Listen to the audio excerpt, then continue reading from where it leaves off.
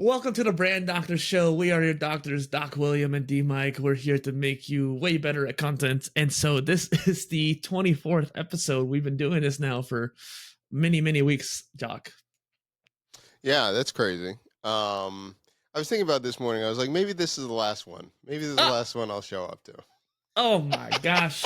Here I am making it into a series, an anthology, and you're like, I'm out. I'm deuces. Like the guy in the freaking bush just dipping out. Pretty much. No, but it's good to see you. It's good to see you. It's May, so this is interesting.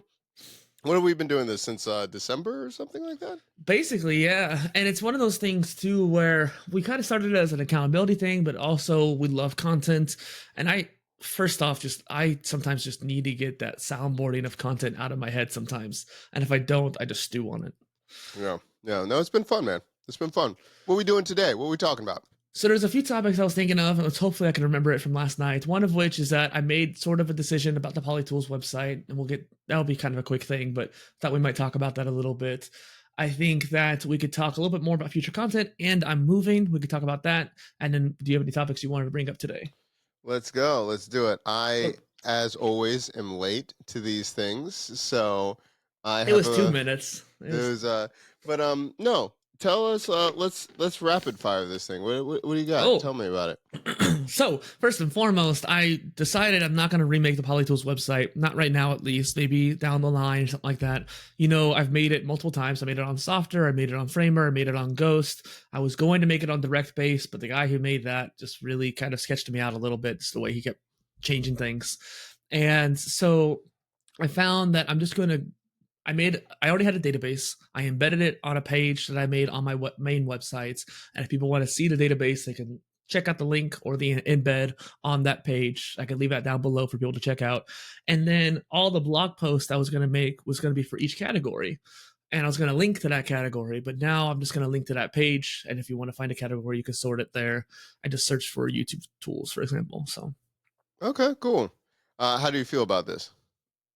It's not ideal, but I legitimately can't keep wasting time and energy on this project because while I don't necessarily believe in the sunk cost fallacy kind of thing as much, sometimes it's like I do spend too much time on this and there's no solution for me right now. Direct based was going to be kind of a godsend and it ended up being not so much.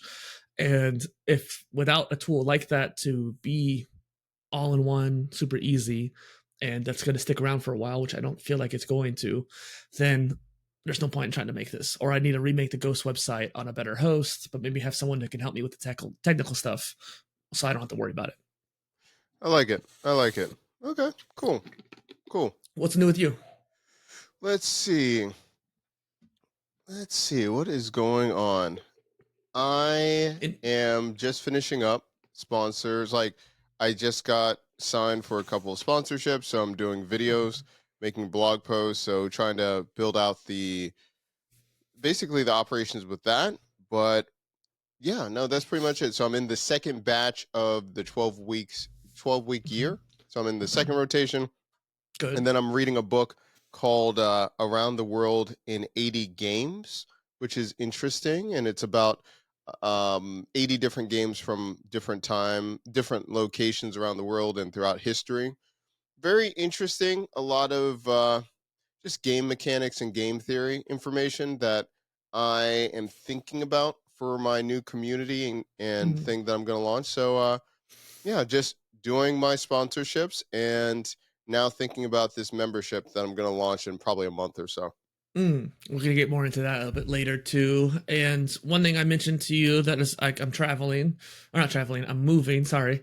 The moving is interesting because theoretically I can move as soon as this Saturday. And okay, if some of the things get like lined up in time, otherwise it might be one more week away, which is still not that far. Have you been packing? Oh yeah, you know me. I have already been packing. Like that living room is just packed up now at this point. Like half the living room is filled with this stuff packed, and I still need to this kind of goes into the next topic too. I still need to kind of reorganize my technology. And one thing I've come across is that it's really hard to organize an array of technology where you have like cameras and microphones and computers and wires and all these different like little bits of tech, tripods, camera mounts, and I've seen some interesting things that people have done. Someone went to the dollar store and got a whole bunch of mini toolboxes, then got a label maker and labeled it and put it on like the shelf, which I thought was really cool. They had like, 18 boxes. That was interesting. And then someone uses one of those tool drawers, like the $200-$300 tool rack that people get, and they put their tech in there instead of that. So they put all their camera equipment in there. Great idea. Very expensive, very heavy. And you and I both talked about being more minimalist. And so while there's not a whole lot I want to get rid of when it comes to tech, I'm thinking like if I could find a way to just bring all my tech with me, like if I was just to have a couple bags, what could I bring? And then what could I downsize to make it fit? Yeah, I like that a lot. Have you been watching different YouTube channels or just tutorials about what to do, or just what are your thoughts? There's not really much out there when it comes to downsizing like that, especially for techs. And so maybe you and I need to make content like that. That's what we need to do. Yep. So I will say this kind of leads into another topic I talk about later on, but I have been secretly working on my travel blog, and that's been kind of fun. And that travel blog is also about like EDC, so everyday carry, different types of slings, different types of travel bags, and downsizing, stuff like that. And so I'm curious about where that's going to end up, especially if I keep making it. I need to be consistent with it, but I'm not really making it into a big endeavor like the Polytools stuff. But it's like every once in a while when I get excited about something, I'm going to write about it. I like it. No, that sounds really good.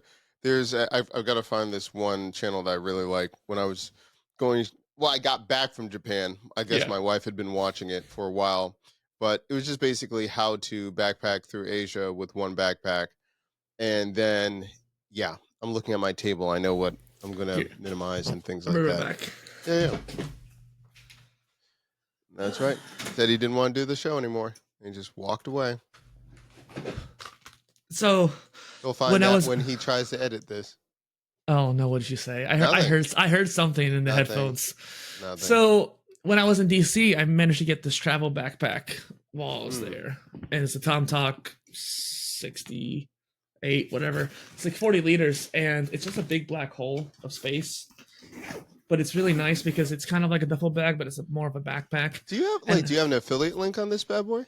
I don't, but TomTalk, feel free to partner up with me because I love your products. They honestly make some of the best travel bags, the best slings, and they're more of the budget brand too, no less. And so while there are some brands that are a little bit quote unquote better out there, they're 3 times the price, and the margin difference of quality is, minuscule. Yeah. Let's see. But I particularly like their slings. Their slings are really nice. And there was one sling that I wanted to get that actually is more tablet sized. And so I could put my tablet, my tripod, my gaming handheld, and all my variety of EDC stuff into that one sling. And it's about this big. So it's not like a tiny sling. It's more like a tablet sling. But I wanted something I could use for my tablet. Because I actually don't have, out of all my backpacks and variety of bagging that I have, if that's a word, I don't have something for my tablet really. And so I had to use a big old backpack for it. I'm like, this is too much. Interesting. Ooh, one more thing, actually. Don't say anything. I'm saying tons of things that he's going to have to cut out. I didn't think we were going to get into EDC today, but I got this bag whenever I was at the conference at NAV. And so SanDisk, feel free to sponsor me because I love your products. You need to send this stuff. I'm telling you. So I actually made a video yesterday and I shout out SanDisk at the end, and I'm like, hey, if you want to sponsor me, and I'm probably going to put a link in it because it was actually about storage for content creators. You know how annoying it is when you have so much video content and you need to store it. Interesting. Yeah. I've got no one's talking about that topic. You got to start doing it, bro. I'm serious. But I did. That's why I made the video, because no one's talking about it. You gotta make more. You gotta make more, not just one. You know this.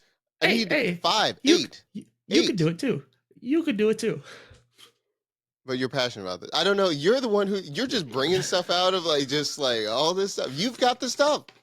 Yeah. Well, I don't have a whole lot of SanDisk products to show anymore because a lot of my flash drives died over the years because I installed way too many operating systems on a drive and it would brick it eventually. But that's not SanDisk's fault. That's just actually clip it. No, there is fault. No, it's Balena Etcher's fault. So whenever you're installing a operating system, you need to have some way to write it to the drive. And there's two tools that people use. And they used to use a lot Balena Etcher, but it turns out that's actually a very like toxic program and it can like kill your drives. Didn't And know there's that. another tool, there's a tool called Rufus that's just as popular, if not more so, and it doesn't damage your drives. And so people who are installing operating systems, please use Rufus, please. As you're talking about this, I don't know why this just triggered my memory. I guess we haven't talked about this, maybe. Did I tell you that one of my short film is going to be in a film festival? Did I tell I you think this? so. We talked about this a little bit. Okay. Well, did I tell you how I have to edit half of it? Oh, We're going to talk about some of it offline. But needless to say, I have to make major edits before the premiere. that's rough. Yeah, it is. Yeah, it is. I will just say, yeah, we'll discuss this offline. But the major narrator I have to now replace to be. You need me to be the narrator. I'll keep you on backup. Okay. I actually voiced a vampire on a podcast at one point. That is now. Wait, what podcast was it? You can't just leave that right there. So it wasn't like a famous podcast, but a friend of mine had this like show. I was Francis the Vampire. For how long was this? It was like 2 episodes. It was not much, but I had to come up with some random voice, and she gave me some lines of dialogue, and I had to be a voice actor for a little bit in a world. I like it. I wouldn't mind voice acting. That'd be fun. It's the type of content really I haven't done yet. See? One thing. Oh, please continue. Yeah. No. So, I mean, I can tell you I've got to talk to, I can talk about Sponsorship Magnet, my other friend that's a creator, if you want me to tell you that as well. Yeah, but I'm sure. going to leave that. So he's asking testimonials for the sponsorship games and what happened. Since I went to the sponsorship games, I still have some in the queue, but I got 7 sponsors since the event. And so I let him know that. But also to a friend of mine, and he's a bigger creator than me. We've worked together for years, for like 12 years. He filmed my first commercial for the gym years ago. I might have brought him up begrudgingly. His name's Jay. And he on Facebook, he has just popped off in our town. He is averaging close to 2 million views a week on his content, just him walking around all of these things. And he kept complaining. He's like, no one's sponsoring me. And I'm like, bro, you got to read this book. Just do it. And he refuses to do everything that I say. But I'm like, put on your site. You refuse to do everything I say. Well, yeah, but that's different. This is totally different. So I said, just one thing, write it down that you're open for sponsorships. And within 3 days, he got a 12K sponsor.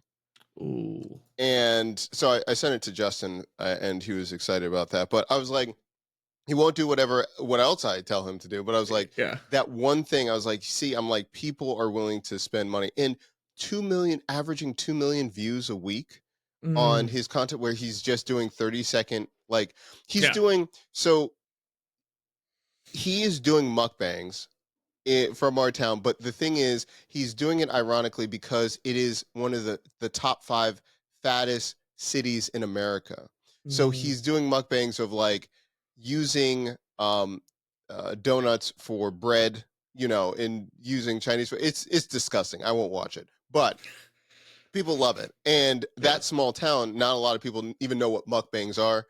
Tons of them they think he's just made up a dirty word. So it's just so many levels of like why it works. And now a guy tattooed his logo on his face. It's a wild channel, and it's on Facebook. Like, he's done YouTube. He has like 135K on YouTube. Is he not cross-post? No. And this is the thing. We've been trying to. I mean, Repurposed is right there. Like, just do it automatically. I try to explain. And so he's making less than, I would say, $60 on YouTube per month, just because he has so much. Stop that. It's inappropriate. So much profanity on his content. originally. Stop. And then, but now with Facebook, he's killing it. So that's a little note. Stop. I'm buttoning it up. News, all that. That's all I got. Okay. Well, I like it. The camera. Too much. So, okay, it's too much. On a different note, I mean, because when you talked about his analytics, it made me remember I need to check my YouTube analytics. And I've actually been pretty lax on the PolyInnovator channel. I've actually kind of shifted focus more towards Polytools, especially since I need to get the stupid computer videos done. I know we talked about that last time. We'll work on it. I had too much other stuff this week, especially since I have like interviews to edit and stuff like that. But in fact, I should have gotten one done yesterday, and I'm probably going to have to get it done today. But I got time this week at least because I'm not working a whole lot. And my point was, on the PolyInnovator channel, I had about 13,000 views, which is great over the last month, right? Especially since I haven't posted really a full-length video in a while, besides like the Now page stuff. Like literally the last 2 videos I posted were my Now page for this month and Now page for last month, which means I haven't posted a video in a month because I've been so focused on Polytools. However, Polytools, I don't think has ever gotten this high as 29,000 views in 1 month. And that was really cool. And while I haven't been posting a whole lot to it when it comes to videos, I did do a decent amount of interviews, and I've done our videos together each week. And I try to get our turnaround a little bit higher on these, weekly calls too, because I procrastinate really bad on editing. And with these videos, I really don't have to edit that much. I just have to kind of make sure the screen share doesn't F up on Riverside, and to make sure I reformat where your position is. Because since you like to lean towards the left, it generally I have to move it over. That's not true. That's not true. It is true. I was actually thinking about that on the beginning of the call. I'm like, I'm gonna have to move him over, aren't I? But it's not true. At least I can do it within Riverside. I don't have to do it in DaVinci, which is good. That's not bad. And unfortunately, I have to, at the top of the hour, I have this other call, unfortunately, for work. But so what do we wrap up on, Doc? What do you want to talk about? What do you want to go down that road? Well, I think we should do something collaborative. I will say that I am excited for this new apartment because I can make a new YouTube studio there. It's going to be really nice. I'm going to have more space to do stuff. I'm kind of curious to see how I'm going to lay things out. I really loved having like a futon in my room back in the day. And so it'd be really nice to have like a gaming setup with a futon and a TV, then like adjacent to that have my computer set up, and then behind that will have like a bookshelf, and so the whole thing will be viewed on the camera. So instead of just having this one crappy bookshelf and the one torn up poster, it'd be farther out, and I could see the couch on one side, the TV and gaming stuff on one side, and then behind me will have the bookshelf with all the statues and decorations, and then let me like ask you something. have. Yeah. What about, first of all, is that an IKEA bookshelf behind you or IKEA? No, I don't know actually. So fun little story. I love going on Facebook Marketplace every once in a while just to look for like free stuff or cool tech that's really cheap. I actually got my Logitech Litra light bar for $30 when it's normally like $100 because I got it off Marketplace, right? So Marketplace is a great grift for creators to find technology. This was part of a desk, essentially. It was an L-shaped desk that was broken. Essentially, when the person got it, it has 3 legs, and it was supposed to be 2 A legs and 1 B leg. It ended up being 1 A leg and 2 B legs because they sent the wrong part. And so they got a replacement, but they couldn't ship back the old desk. And so I just got it for free. I had to drive a little bit ways out of town, but I got it for free. Eventually gave that desk to a friend of mine. And I kept the shelf because this shelf was supposed to be on top of the desk. But since it was missing the wrong leg, it couldn't actually stay on there. So I just used that as a bookshelf. And actually, I really like it. It's like super skinny, so I can use it for a lot of purposes. I like it. Question. Oh. Mm-hmm. Oh, are you going to record you breaking down the office and you making your new YouTube studio? Not breaking down the current one because that's going to be pretty quick, but maybe I could vlog, at least on Instagram, the process of building the new one. I think you should. You should. I like it. One last topic before we wrap up, because I had it actually written down here in the notes at the top of the prompting. I want to start doing in-person interviews at conferences, and maybe we could talk much more about that on next time, because I really think that'd be really interesting. I have my little tripod with a MagSafe mount for my phone. I could do that. I finally got a wireless mic system that works with my Pixels. I don't know if my old one works as well because it wouldn't turn on, but I got a new one that works. It's great. So I could do like these in-person interviews at conferences, and I think that'd be a really great way to make like 50 pieces of content super quickly. What conference are you going to next? Probably VidSummit or Podcast Movement. And you definitely should go to either one of those, Doc. Where's Podcast Movement? It's in Florida this year? No, that's PodFest. Podcast Movement is in Dallas this year. Dallas. Boo. Hiss. Yeah, at least it's not Denver, but Denver was 2 years ago, and that was really difficult. But all right, anything else you would like to share with the world, Doc? That's it. Okay, you're coming back next week, right? We'll see.